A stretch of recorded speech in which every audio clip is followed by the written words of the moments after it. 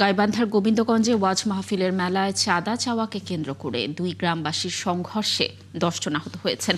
সোমবার সকালে গোবিন্দগঞ্জ উপজেলার কাটাবাড়ি ইউনিয়নের কাঁঠালবাড়ি মাদ্রাসা মাঠে এই সংঘর্ষ ঘটে।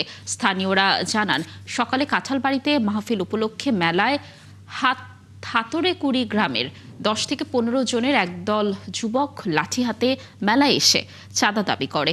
এ সময় দোকানদাররা চাঁদা দিতে অস্বীকার করলে তারা নাগরদোলার 4টি সিঁড়ি খুলে নিয়ে যায়।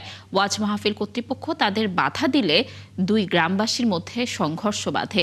এতে উভয় গ্রামের 10 জন গুরুতর আহত হয়। তাদেরকে গোবিন্দগঞ্জ উপজেলা স্বাস্থ্য কমপ্লেক্সে ভর্তি করা হয়। পরে গুরুতর আহত জাহাঙ্গীর আলমকে বগুড়ায় শহীদ জিয়াউর রহমান মেডিকেল কলেজ হাসপাতালে ভর্তি করা হয়। গোবিন্দগঞ্জ থানার ভারপ্রাপ্ত কর্মকর্তা মোজাম্মেল হক জানান, ঘটনাস্থলে পুলিশ মোতায়েন করা হয়েছে।